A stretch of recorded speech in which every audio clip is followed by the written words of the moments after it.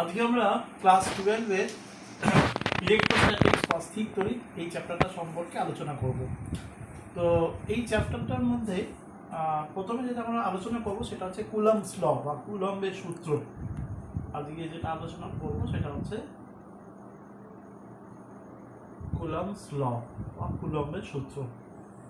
এই Coulomb's law এর সাথে আমাদের যে গ্র্যাভিটেশন চ্যাপ্টারটা ক্লাস 11 এ ছিল, সেই গ্র্যাভিটেশন চ্যাপ্টারের সাথে কিছু গ্র্যাভিটেশনের যে ল অফ গ্র্যাভিটেশন ছিল তার সাথে এই কুলম্বস ল এর কিছু সিমিলারিটি আছে, অনেকটাই সিমিলারিটি আছে। এখানে কি লটা বলছে, দুটো পয়েন্ট চার্জ আমরা কনসিডার করলাম। পয়েন্ট চার্জ মানে হচ্ছে বিন্দু আধান। এইরকম দুটো পয়েন্ট চার্জ কনসিডার করলাম।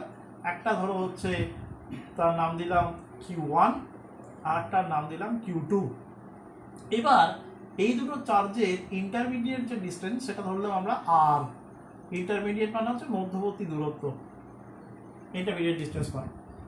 এবার আমরা জানি যে যদি দুটো এটা লাইক চার্জ হয় অর্থাৎ সমজাতীয় আধান হয় তাহলে এদের মধ্যে রিপালসিভ ফোর্স কাজ করবে, আর যদি অপোজিট চার্জ হয় অর্থাৎ বিপরীত জাতীয় আধান হয় তাহলে এদের মধ্যে অ্যাট্রাকটিভ ফোর্স কাজ করবে।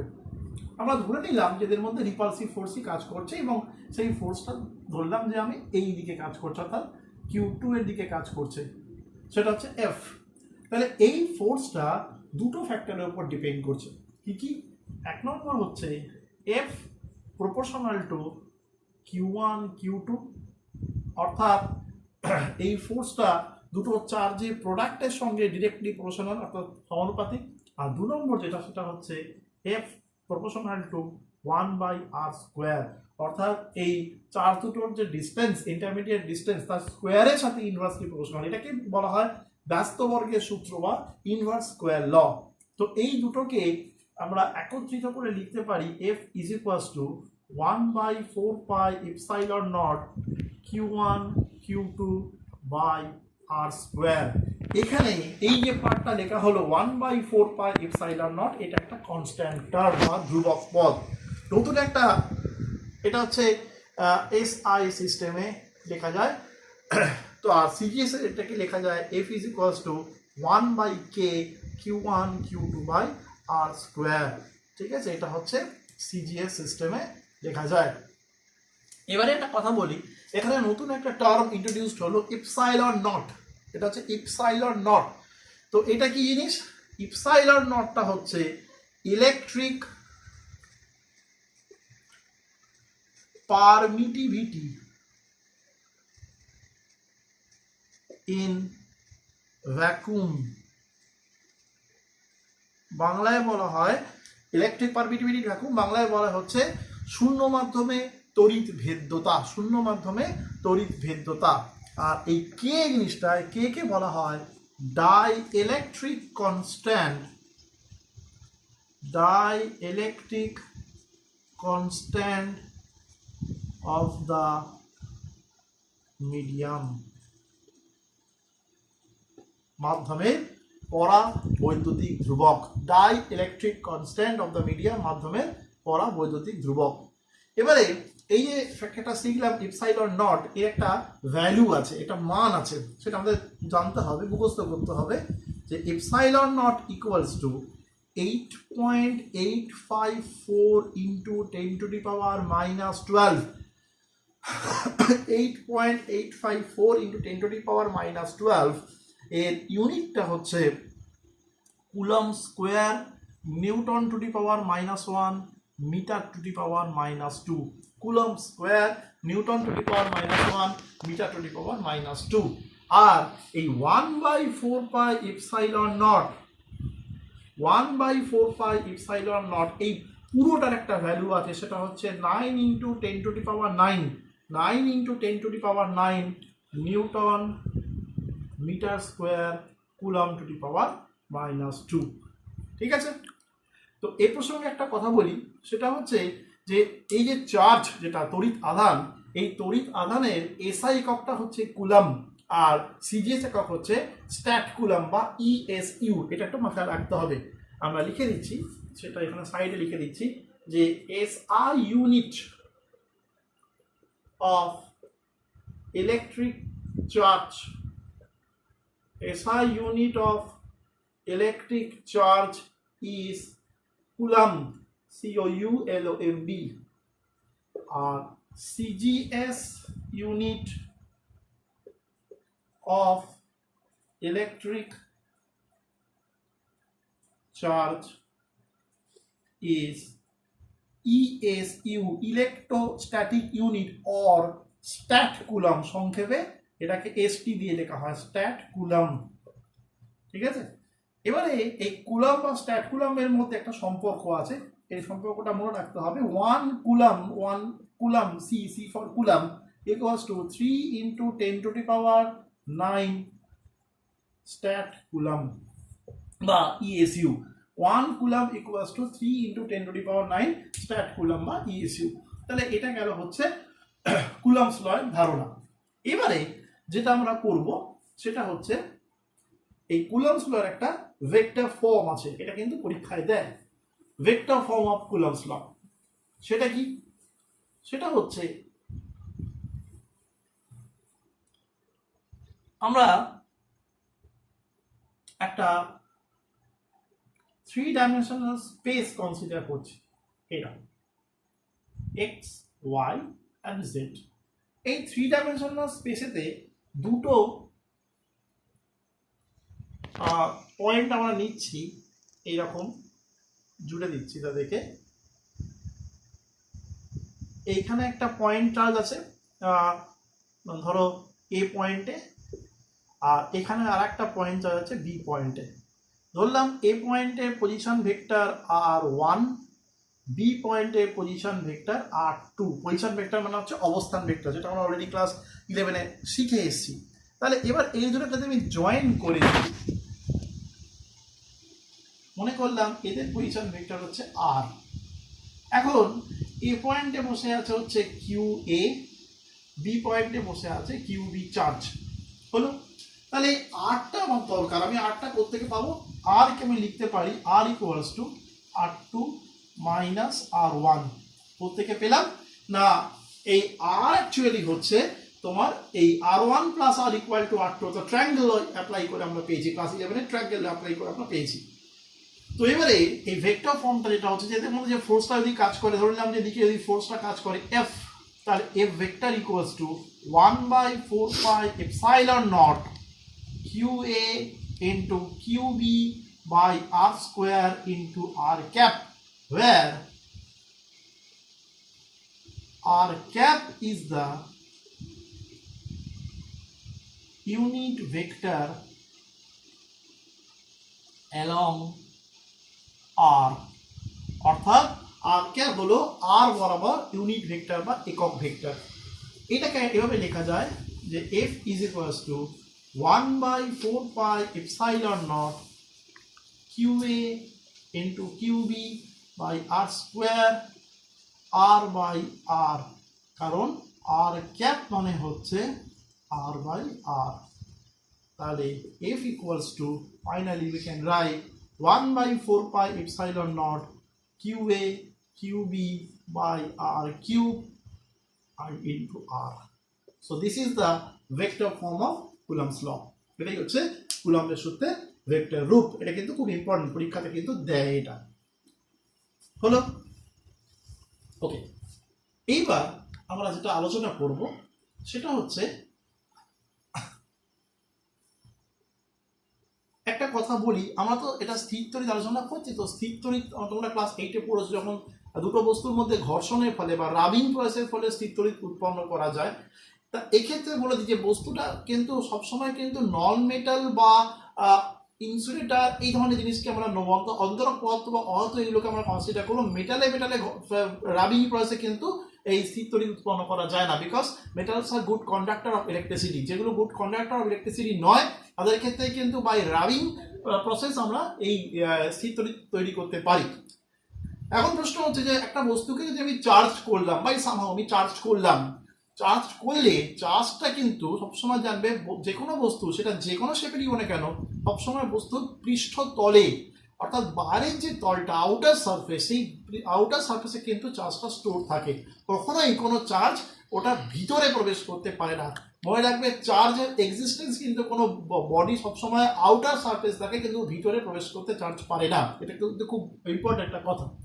এইবারে এই যে charge distribution of A on the outer surface of A body, সেটা ডিপেন্ড করে হচ্ছে বডিটার এরিয়ার উপরে।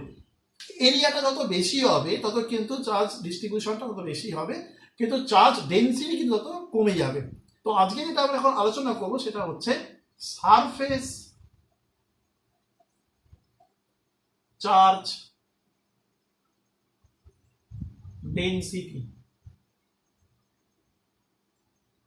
সারফেস চার্জ ডেন্সিটি মানে হচ্ছে আধানের তলমাত্রিক ঘনত্ব, বা এটাকে সারফেস ডেন্সিটি অফ চার্জও বলা হয়ে থাকে, আধানের তলমাত্রিক ঘনত্ব। সেটা হচ্ছে যে it is denoted by sigma, it is denoted by sigma, sigma দিয়ে এটাকে রিপ্রেজেন্ট করা হয়। সিগমা মানে হচ্ছে Q by A, Q by A, যেখানে কিউ মানে হচ্ছে যে ওই বস্তুটাকে, ওই বডিটাকে, হ্যাঁ, যখন চার্জ করা হয়েছে তার মধ্যে কি পরিমাণ চার্জ স্টোর আছে, দ্যাট ইজ কিউ, ঠিক আছে। আর এ মানে হচ্ছে area of the outer most surface বা আপার সারফেস অফ দ্য বডি, বস্তুর পৃষ্ঠতলের ক্ষেত্রফল হচ্ছে এখানে এ। একটা কথা বলে দিই, সেটা হচ্ছে বক্রতা আর বক্রতার সাথে সম্পর্ক আছে, যে কোনো বস্তুর বক্রতা ব্যাসার্ধ যত বেশি হবে তত কিন্তু বক্রতা হ্রাস পাবে। মনে রাখবে, বক্রতা মানে কার্ভেচার আর বক্রতা ব্যাসার্ধ হচ্ছে রেডিয়াস অফ কার্ভেচার, এরা কিন্তু পরস্পর ব্যস্তানুপাতিক, অর্থাৎ ইনভার্সলি প্রপোর্শনাল।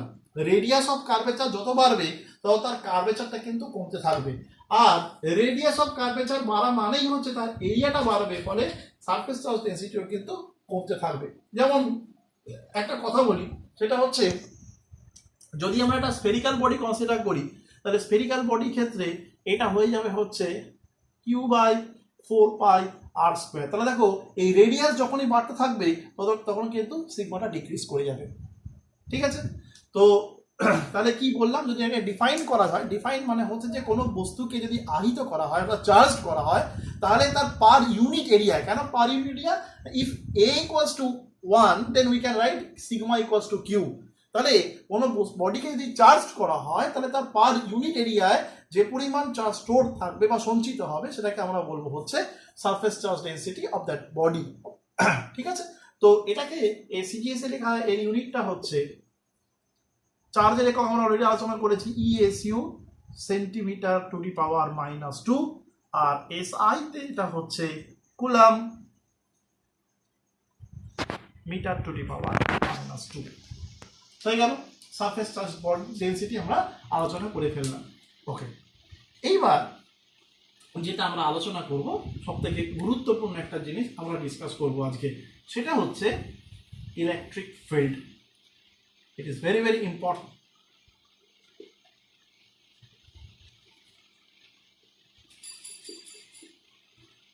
ইলেকট্রিক ফিল্ড, তড়িৎ ক্ষেত্র কি জিনিস ব্যাপারটা, মনে করো একটা প্লাস কিউ চার্জ আমি রেখেছি।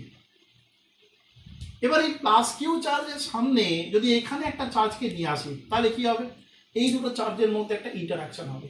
যদি আমি এখানে কোনো একটা চার্জকে নিয়ে আসি, এই দুটো চার্জের মধ্যে ইন্টারাকশন হবে। যদি এখানে একটা চার্জকে নিয়ে আসি, এদের মধ্যে একটা ইন্টারাকশন হবে। তার মানে এই চার্জটাকে ঘিরে এর চারিদিকে এমন একটা সার্টেন রিজিয়ন আছে, যে রিজিয়নে অন্য কোনো চার্জকে নিয়ে এলেই এই চার্জের সাথে সেই চার্জটাকে, অর্থাৎ যে এক্সটার্নাল চার্জ, তাদের মধ্যে একটা ইন্টারাকশন হবে। লাইট চার্জ যদি হয় তাহলে রিপালসিভ ফোর্স কাজ করবে, আর যদি অপোজিট চার্জ হয় তাহলে অ্যাট্রাকটিভ ফোর্স কাজ করবে। But there will be an interaction between this charge and the external charge. তাহলে বলা হচ্ছে যে এই চার্জটাকে ঘিরে যে অঞ্চলটা আছে, সেই অঞ্চলে যদি অন্য কোনো চার্জকে নিয়ে আসা হয় তাহলে ওদের মধ্যে একটা ইন্টারাকশন কাজ করবে, এবং সেই অঞ্চলটাকে, that region is known as electric field of the charge. সেই আধানটার, এই আধানটার তড়িৎ ক্ষেত্র। তো what will be the shape of the electric field? Basically it will be a sphere, এইরকম। সবসময়ের জন্য নয়, একটা পয়েন্ট চার্জের জন্য এটা শেপটা স্ফেরিক্যালি হয়ে থাকে। আমরা এখন সেটা নিয়ে আলোচনা করব।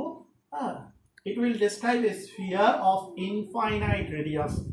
It will describe a sphere of infinite radius, but in practical it has a finite existence. এর একটা নির্দিষ্ট সীমা অবধি এটা কাজ করতে পারে, তারপরে এটা অস্তিত্ব থাকে না। যেটা বলছিলাম, এখন এই ইলেকট্রিক ফিল্ডের মধ্যে যে কোনো একটা পয়েন্টে ইলেকট্রিক ফিল্ডের মধ্যে যে কোনো একটা পয়েন্টে যদি আমি একটা অন্য চার্জকে নিয়ে আসি তাহলে কি হবে, দুটো চার্জের মধ্যে একটা ইন্টারাকশন হবে। তো আমি ধরলাম যে এইরকম একটা পয়েন্ট আমি কনসিডার করলাম, এটা সেন্টার থেকে ডিস্টেন্স হচ্ছে আর ডিস্টেন্সে এরকম একটা পয়েন্ট আমরা কনসিডার করছি, সেটা হচ্ছে এস। তো এই পয়েন্টে আমি একটা +1 চার্জকে বসিয়ে রাখলাম। হ্যাঁ, বাই ডেফিনেশন আমরা এখানে +1 চার্জই কনসিডার করি। +1কে বলা হয় ইউনিট পজিটিভ চার্জ, একক ধনাত্মক আধান। তাহলে এই +q আর +1 ডেফিনেটলি এটার উপরে একটা বাইরের দিকে রিপালসিভ ফোর্স কাজ করবে। ঘুরিয়ে বলা যায় যে এই +1 চার্জটা এই ইলেকট্রিক ফিল্ড থেকে একটা বাইরের দিকে বিকর্ষণ বল অনুভব করবে, একটা রিপালসিভ ফোর্স সাফার করবে, and that repulsive force experienced by the unit positive charge due to the electric field is known as electric field intensity। বাংলায় বলছি তড়িৎ ক্ষেত্র প্রাবল্য। যে ইলেকট্রিক ফিল্ডের মধ্যে কোনো একটা পয়েন্টে যে কোনো পয়েন্টে যদি এটা +1 চার্জকে রেখে দেওয়া হয় তাহলে সেই +1 চার্জটা ইলেকট্রিক ফিল্ডের দরুন যে external force outward force বা repulsive force সেটা সাফার করে, that force is known as electric field intensity at that point। এটাকে লেখা হয় এইভাবে, E equals to 1/4 pi epsilon naught q by r square। কোত্থেকে পেলাম? কুলম্বস ল থেকেই পেয়েছি। কুলম্বস ল ছিল 1/4 pi epsilon naught q1 q2 by r square। এখানে q1 টাকে q দিয়ে রিপ্লেস করা হয়েছে আর q2 টাকে +1 দিয়ে রিপ্লেস করা হয়েছে, আর কিছুই না। তো এবার ধরো যদি এমনটা হয় যে +1 চার্জ ছাড়া যদি অন্য কোনো চার্জকে নিয়ে আসা হয় তাহলে কি তাদের মধ্যে ইন্টারাকশন হবে না, বা সেখানে ইলেকট্রিক ফিল্ড কি কাজ করবে না? ডেফিনেটলি কাজ করবে। ধরো যদি এই এস পয়েন্টে কেউ কিউ ড্যাশ চার্জকে নিয়ে আসে তাহলে সেখানে কি ইলেকট্রিক ফিল্ড কাজ করবে না? অবশ্যই কাজ করবে। তাহলে সেক্ষেত্রে তার এক্সপ্রেশনটা কি হবে না, সেক্ষেত্রে এই চার্জটাকে দিয়ে বোথ সাইড মাল্টিপ্লাই করতে হবে, এবং সেক্ষেত্রে এটা হবে Q dash E equals to 1/4 pi epsilon naught q dash by r square। so q dash e equals to এটা হয়ে গেল f from Coulomb's law এটা হয়ে গেল হচ্ছে f ফোর্স। তাহলে e equals to হলো f by q dash। এখানে একটা ভেক্টর যদি দিয়ে দাও তাহলে বোঝা যাচ্ছে যে ফোর্স যেদিকে কাজ করবে, ইলেকট্রিক ফোর্স যেদিকে কাজ করবে, ইলেকট্রিক ফিল্ডের ডাইরেকশনটা সেই দিকেই হবে। So it will B it is a vector quantity. তাহলে এককটা দেখে নিই। সিজিএস এ এটার এককটা হবে ডাইন ইএসইউ ইনভার্স, আর এসআইতে এটা হবে নিউটন কুলম্ব ইনভার্স। কতক্ষণ?